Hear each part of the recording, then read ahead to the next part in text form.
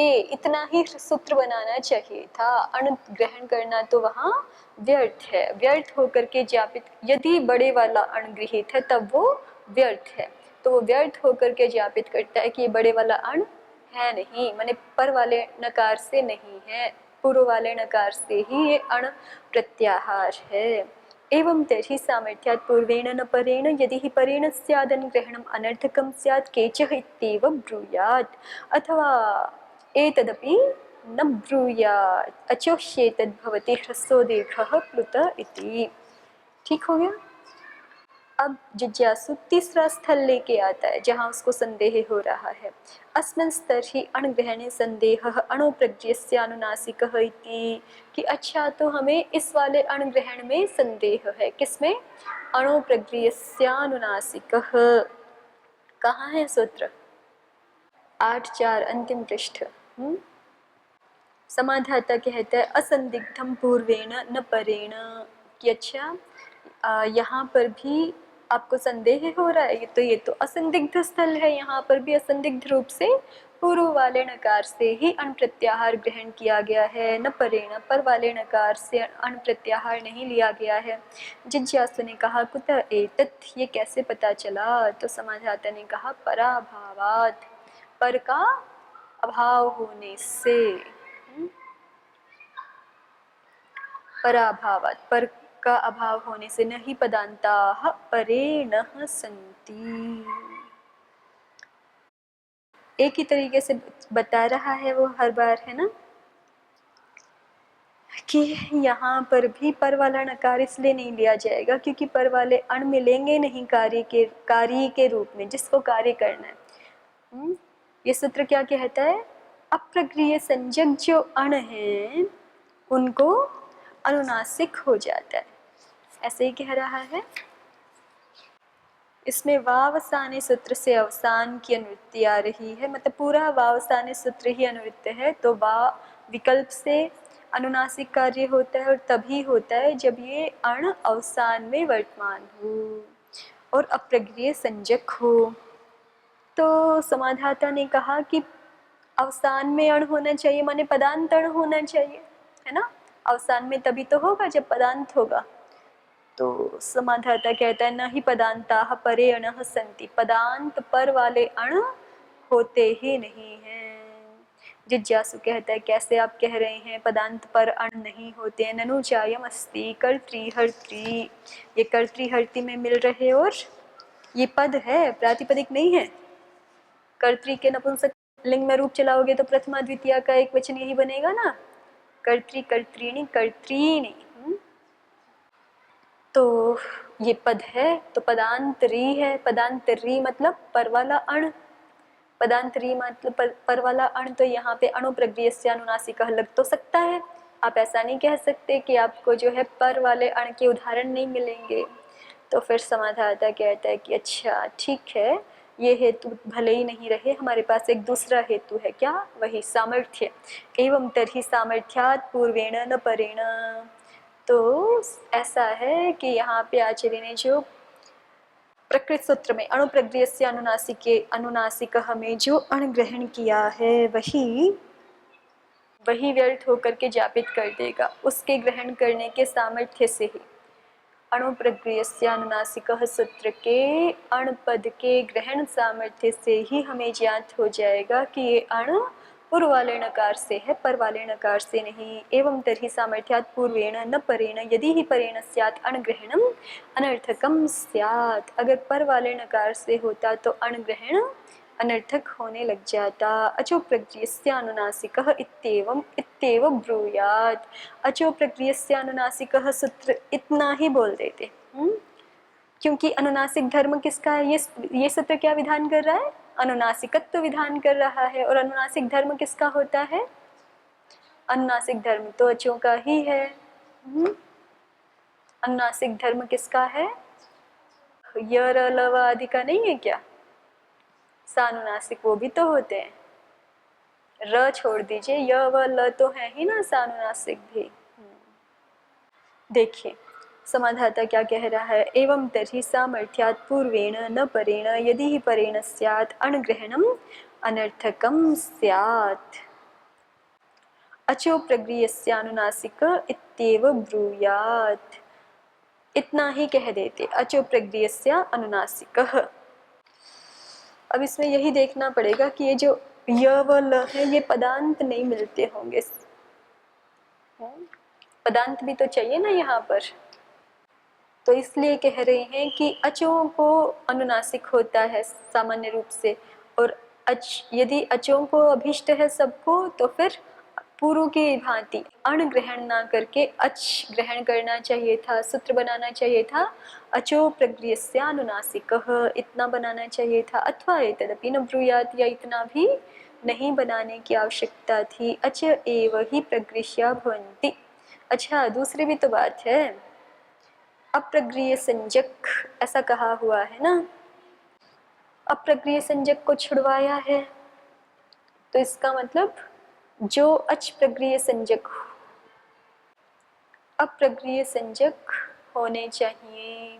तो यदि ये भी एक हेतु है, ये जो ह य व र आदि है इनका ग्रहण नहीं होगा, क्योंकि जो है यदि इनका ग्रहण अभिष्ट होता तो फिर इनकी तो प्रगृह्य संज्ञा होती नहीं है, अप्रगृह्य कहने की आवश्यकता नहीं है। अप्रगृह्य तो उसी के लिए कहा जाएगा ना जिसका विशेषण बन सकता हो, है ना, विशेषण वहीं पे डाला जाता है ना कि जहाँ पे विशेषण संभव भी हो, यदि संभव ही ना हो विशेषण तो फिर नहीं डाला जाता। मान लीजिए काला घोड़ा होता ही नहीं है यदि, तो फिर हम कृष्ण अश्व नहीं कहेंगे ना, तो विशेषण संभव भी होना चाहिए। तो ये जो अप्रगृह्य कह रहे हैं तो उससे पता चलता है कि अचों की ही बात हो रही है, और अचों की बात हो रही है तो फिर यहाँ पर अच ग्रहण करने की आवश्यकता नहीं है, अच एव ही प्रगृह्य भवन्ति। फिर से देख लीजिए समाधाता के शब्द, एवं तर्हि सामर्थ्यात् पूर्वेण न परेण, यदि ही परेण स्यात् अणग्रहणम् अनर्थकं स्यात्, अगर पर वाले नकार से यहाँ पर अणग्रहण होता तो वो अणग्रहण व्यर्थ होने लग जाता। कैसे? अचो प्रगृह्यस्यानुनासिकः इत्येव ब्रूयात्, क्योंकि आचार्य को फिर अचो अप्रगृह्यस्यानुनासिकः इतना ही कहना चाहिए था। इतना ही क्यों कहना चाहिए था? इतना ही क्यों कहना चाहिए था, इसमें क्या हेतु है? अब पहले तो ह्रस्व दीर्घ वाले उदाहरण आ रहे थे सारे कि ह्रस्व विधान कर रहे हैं, दीर्घ विधान, जैसे कि ढ्रलोपे पूर्व से दीर्घ होना हमें दीर्घ विधान कर रहे थे, केन हमें ह्रस्व विधान कर रहे थे, और इतना ही आया है ना, बस दो ही तो उदाहरण आए ना पीछे, तो वहाँ पे तो ह्रस्व दीर्घ की बात थी, तो आपने बता दिया कि जो है वहाँ ह्रस्व दीर्घ विधान तो अचों के स्थान में ही होता है अचश्च परिभाषा के कारण, इसलिए अण ग्रहण ना करके अच ग्रहण करना चाहिए था, सब अचों को दीर्घ करना या ह्रस्व करना अभिष्ट था। तो और वो अच ग्रहण करना भी फिर आगे बढ़ करके कहा कि वो अच पद का ग्रहण भी आवश्यक नहीं है, क्योंकि अचश्च परिभाषा सभी सूत्रों का सहयोग करने के लिए पहले से बना ही दी गई है, सभी सूत्रों का उपकार करने के लिए। अब यहाँ तो ह्रस्व दीर्घ की तो बात नहीं है कि हम ये वाला हेतु दे सके, यहाँ तो विधान जो है वो अनुनासिक के का किया जा रहा है, अनुनासिक गुण वाले का विधान किया जा रहा है। तो इसलिए यहाँ पर हेतु क्या है? यहाँ हेतु ये है कि यदि नकार पर वाला नकार से यहाँ पे अण प्रत्याहार होता तो फिर अण ग्रहण करना व्यर्थ इसलिए हो जाता कि अण ना करके फिर आचार्य को अच ग्रहण करना चाहिए था। क्यों? क्योंकि अच ही जो सूत्र में अप्रगृह्य संज्ञक कहा जा रहा है उससे पता चलता है कि ये जिनकी प्रगृह्य संज्ञा हो सकती है उनका ही तो निषेध करवाएंगे ना, ठीक है, जिनकी हो ही नहीं सकती तो उनका ग्रहण अभिष्ट हो, उनका ग्रहण तो फिर नहीं अभिष्ट है, उनके लिए अप्रगृह्य ये विशेषण डालने की आवश्यकता नहीं।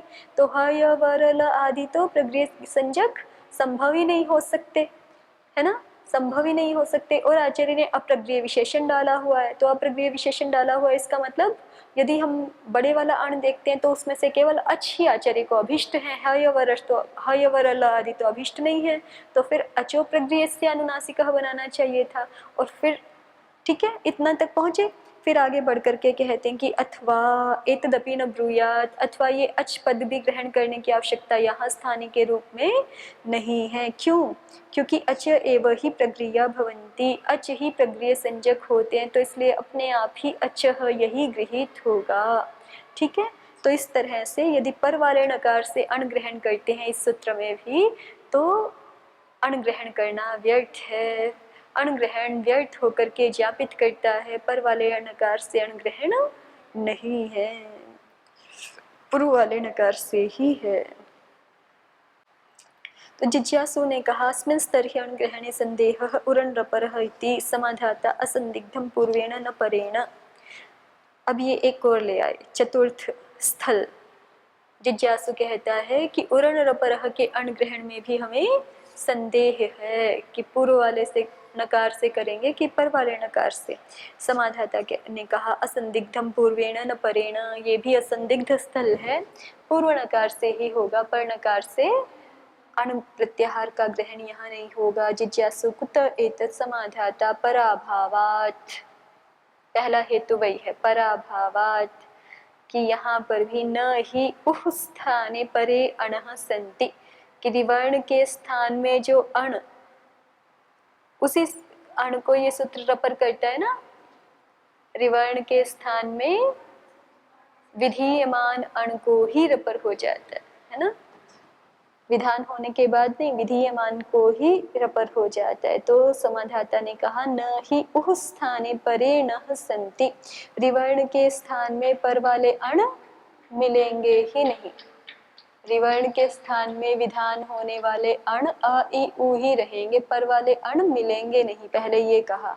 तो जिज्ञासु कहता है आप कैसे ऐसा कह रहे हैं कि रिवर्ण के स्थान में पर वाले अण आदेश के रूप में मिलेंगे ही नहीं? मिल जाएंगे। ननु जायमस्ति कर्तृर्थम हर्तृर्थम मिति, कर्त्री और अर्थम, हर्त्री और अर्थम, इको यणची करते हो ना, इको यणची करते हो तो क्या करते हो, री के स्थान में र नहीं करते हो क्या? कर्त्री के री को र करते हैं इको यणची से। अब री स्थानी है और उसके स्थान में विहित होने वाला है जो रेफ है, पर अण में आ रहा है कि नहीं? पर अण में तो आ रहा है, आप कह रहे थे कि नहीं मिलेगा। ठीक है, तो मिल तो सकता है, मिल तो सकता है। तो यहाँ समाधाता पूछता है अच्छा हमें ये बता दो, जो आप उदाहरण ढूंढ के लाए हो, गिरी के स्थान में रेफ हो रहा है, चलो यहाँ पे हम उरण रपरह लगा भी दें तो क्या फर्क पड़ जाएगा? विधीयमान भी रेफ ही है, उसको आप रपर करवा दो, र दो हो जाएंगे, तो फिर उससे क्या फर्क पड़ जाएगा? वही पूछ रहे हैं समाधाता, किम च स्याद यद्यत्र रपरत्वम स्याद। स्पष्ट हो गया ना, उरण रपरह क्या कहता है? रिवर्ण के स्थान में विधीयमान अण रपर हो जाता है, कर्त्री का जो री है वो हो गया रिवर्ण, उसके स्थान में विधीयमान जो रेफ है यण, इको यणची के द्वारा, वो रेफ हो गया अण। आपके अनुसार उरण रपरह सूत्र के अनुसार यदि बड़े वाला अण ले रहे हैं तो ये रेफ अण में आ गया, तो रिवर्ण के स्थान में विधीयमान अण रपर हो जाता है। तो रपर होगा तो जैसे अ यदि अण हो तो अर हो जाता है, वैसे ही ये अण र है तो रर तो नहीं बोल सकते इसको, क्योंकि बीच में वो आकार का उच्चारण करना पड़ेगा, फिर र ऐसे होने लगेगा। विशुद्ध रेफ जो है दो होने लग जाएंगे कर्तृर्थम हर्तृर्थम में, ऐसा कहना चाहता है। तो यही समाधाता ने पूछा किम च स्याद यद्यत्र रपरत्वम स्याद, कर्तृर्थम हर्तृर्थम उदाहरण ढूंढ करके आप लाए हैं, क्या फर्क पड़ जाएगा, क्या विशेष हो जाएगा यदि यहाँ रपरत्व हो भी जाए तो जिज्ञासु ने कहा होगा ना, द्वयोः रेफयोः श्रवणम प्रसज्येत, दो रेफ सुनाई पड़ेंगे। कर्त्री के त के बाद, हर्त्री के त के बाद अभी एक एक रेफ सुनाई पड़ रहा है ना, तब दो रेफ सुनाई पड़ा करेंगे। तो समाधाता ने कहा कि अच्छा चलो दो रेफ आ भी जाएंगे तो हलो यमाम यमी लोपः इत्येवम् एकस्य लोपो भविष्यति, कर्त्री का त हल में आ गया है ना, और आगे जो रेफ है वो यम में आ ही रहा है।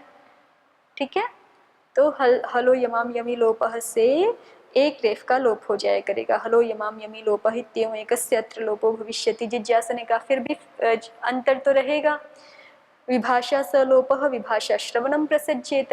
हलो यमाम यमी लोपः को तो कल विभाषा बता के आए हो ना, ठीक है।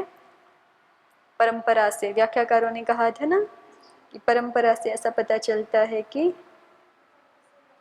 विकल्प से है लोप, तो हलो यमाम यमी लोपः तो विकल्प से काम करेगा। तो एक पक्ष आपका दो रेफ वाला और एक पक्ष एक रेफ वाला होने लगेगा, इतना अंतर पड़ जाएगा यदि उरण रपरः कर्तृ अर्थम हर्त्र अर्थम आदि उदाहरणों में भी प्रवृत्त होवे तो, और यदि नहीं होगा तो फिर केवल एक ही रेफ वाला प्रयोग बना करेगा, ठीक है। ये अंतर आ गया। विभाषा सलोपः विभाषा श्रवणम प्रसज्येत। समाधाता कहता है कि अच्छा हलो यमाम यमी लोपः से नहीं हम लोप करेंगे, अयम तर्हि नित्यो लोपः रोरी। दो रेफ किए थे आपने द्विवचन करके, उसमें से हम एक का लोप करेंगे रोरी, जो कि नित्य ही लोप है। जिज्ञासु कहता है रोरी का अर्थ समझ लीजिए पहले ठीक से। रोरी का अर्थ है पदान्तस्य इत्येव सह। रोरी सामान्य नहीं है, ठीक है, कि किसी भी रेफ के परे रहते किसी भी रेफ का लोप कर देंगे, वो पदांत रेफ का ही लोप करता है रेफ के परे रहते। पदा निरक्तम आदि उदाहरण है ना, निरक्तम तो निर का रेफ भी पदांत है तो उसका लोप होता है। तो पदान्तस्येव सह, समाधाता ने कहा न शक्यः स पदान्तस्येव विज्ञातम, कि आप क्या कह रहे हो कि ये पदांत का लोप करता है, इसका अर्थ ऐसा नहीं है, पदांत का ही लोप करेगा ऐसा अर्थ नहीं है, ऐसा नहीं जान सकते। न शक्यः स पदान्तस्येव विज्ञातुम, वह जो लोप है रोरी लोप वह पदांत का ही होता है, ऐसा उसको नहीं बता सकते, नहीं जान सकते। क्यों, कहाँ समस्या आ जाएगी। इह ही लोपो न स्यात् जर्गृधेर लंग अजर्घः इति, क्योंकि यदि आप रोरी लोप को पदांत में ही बताओगे तो अजर्घः कैसे बनाओगे, अजर्घः में समस्या आएगी। वहाँ पे आप रेफ का लोप करते हो रोरी से और वहाँ तो पदांत रेफ का लोप नहीं होता है, ठीक है। इह ही लोपो न स्यात् जर्गृधेर लंग अजर्घः। प्रदीप देखिए, गृधेर यंग लुकि ऋग आगमे अभ्यासस्य कृते, पहले जर गृध इतना बनेगा। देखिए गृध धातु यंग प्रत्यय ले आए, यंग प्रत्यय कौन से सूत्र से लाते,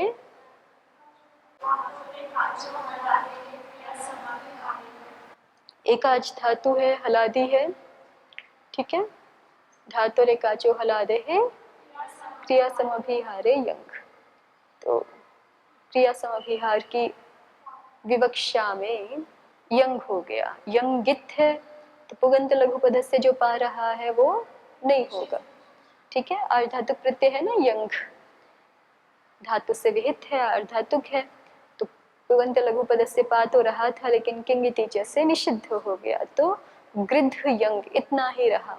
अब इसको आप संयंग से द्विवचन करोगे, है ना, तो गृध्य गृध्य अ पूर्वोभ्यासः हलादि शेषः ग्री गृध्य अ, ठीक है, ग्री गृध्य ये हो गया। अभ्यास में कुहोश्चो कवर्ग है ना ये, तो ग को चवर्ग करोगे तो ग तृतीय वर्ण है कवर्ग का, च का तृतीय वर्ण ज हो जाएगा, ठीक है। उरत जर हलादि शेषः ज, ज गृध्य इतना रहा ना, ज गृध्य। अब यहाँ पे कह रहे हैं अभ्यास को रुक आगम हो जाएगा, पहले यंग का लुक होगा फिर रुक आगम हो जाएगा। 7-4 में यंग लुगंत में कहा हुआ है रुक आगम, रुग्रिकौच लुकी ऐसा कहा हुआ है, तो इसलिए पहले यंग का लुक हो जाएगा। यंग लुक करने वाला सूत्र कौन सा है भाई, यंगोचिच, माने अजादि प्रत्यय विषय में या उसके बिना भी यंग का लुक हो जाता है। तो यंग लुक हो गया तो अभी आपके पास बचा है धातु जगृध, ठीक है, जगृध। अब यहाँ पर अभ्यास को रुक आगम हो जाता है, रुग रिकौचे लुकी, और लुकी का अर्थ यहाँ यंग लुकी लिया, क्योंकि ऊपर से यही विषय चल रहा है, गुणो यंग लुको, ये विषय चल रहा है ना, यंग में और लुक में, ऐसा कहा है यंग में और लुक में, फिर यंग के साथ लुक को पढ़ा हुआ, इसलिए सानिध्य से यंग का ही लुक लिया जाता है, तो गुणो यंग लुको हो, यंग में भी और यंग लुक में भी इगंत अभ्यास को गुण हो जाता है, तो वहीं से ये विषय चल रहा है, यंग और यंग लुक के परे रहते। अब यहाँ पे अब जब ये बात आएगी, जब यंग के परे रहते और यंग लुक के परे रहते ऊपर वाले सारे कार्य हो रहे हैं, गुणों यंग लुकों से लेकर के आगे के जितने भी सारे कार्य हैं वो सारे दोनों में हो रहे हैं, यंग में भी और यंग लुक में भी। यंग लुकोह की अनुवृत्ति है ना 90 सूत्र तक, देखो गुणों यंग लुकोह, तो फिर जब आ ही रहा था तो रुग रिकौचे लुकी यहाँ दोबारा क्यों कह दिया, यंग लुक ही, इस लुक का भी यंग लुक ही अर्थ लेना है। तो जब कभी ऐसा होता है दो ऊपर से अनुवृत्त हो रहे हो पद संबद्ध रूप से, फिर उनमें से किसी एक को दोबारा ग्रहण कर देते हैं, तो तत्सामर्थ्य से ये होता है कि अब जो पहले दो चले आ रहे थे उनमें से वो दूसरा अब नहीं आएगा। ठीक है, ऊपर यंग और यंग लुक दोनों में कार्य चाहिए था, यहाँ केवल लुक में ही चाहिए, इसलिए पुनः ग्रहण कर। ठीक है, यंग लुकी ऋदुपधस्यांगस्य यो अभ्यासस्तस्य रुग्रिकौ आगमो भवतः चकाराद्रीक् छ। ये सूत्र 3 आगम विधान करा रहा है यंग लुक में, किसको विधान करा रहा है, ऋदुपध धातु को, ऋग ऋदुपध, ऋग ऋदुपध से इस पूरे की अनुवृत्ति है इस सूत्र में, तो ऋदुपद धातु को रीख आगम हो जाता है, रुख हो जाता है और रिक हो जाता है, 3 आगम हो रहे हैं। ऋदुपद धातु है ही गृध, इसको तीनों का हम रुक रिक आदि कुछ भी ले सकते हैं, यहाँ पे रुक आगम का प्रयोग दिखा रहे हैं, तो रुख आगम का रेफ बचेगा, तो रेफ बच करके क्या हो गया, ये जर गृध रुख हो गया ना, अभ्यास को रुक का आगम हो गया, रुख का कितना क्या शेष रहता है, रेफ मात्र, तो ये क्या बना, जर। अब इस रेफ का फिर से जो है वो हलादि शेष से लोप नहीं हो जाएगा, क्योंकि नहीं तो फिर विधान करने का कोई मतलब नहीं रहा ना, भाई पहले भी जरी था फिर उसका उरत होके जर बना, उस रेफ को तो आपने हलादि शेष से हटा दिया, फिर से ये रुग्रिकौ चलुकी से रेफ आ रहा है, इसको नहीं हटा सकते हलादि शेष से, क्योंकि यदि ऐसा करेंगे तो फिर विधान करने का कोई मतलब रहेगा नहीं। तो ये आपकी धातु बन गई यंग लुगंत जर गृध। ठीक, अब आगे देखिए प्रदीपकार, गृधेर यंग लुकी रुगागमे अभ्यासस्य कृते लंगी सिपी। अब ये धातु है, धातु से हम कोई भी लकार ला सकते हैं, तो लंग लकार ले आए अनद्यतन भूत की विवक्षा में, लंग के स्थान में सिप कर लिया, सिप के परे रहते शब आया, शप प्रत्यय आया, शप का लुक हो जाएगा। ठीक है, शप का लुक क्यों हो जाता है यंग लुक में, भाई अदादिगण में और यंग लुक से उत्तर शप का लुक हो जाता है ना, धातु पाठ से कल ढूंढ के लेके आना खुद। ठीक है, शप लुक हो गया, अब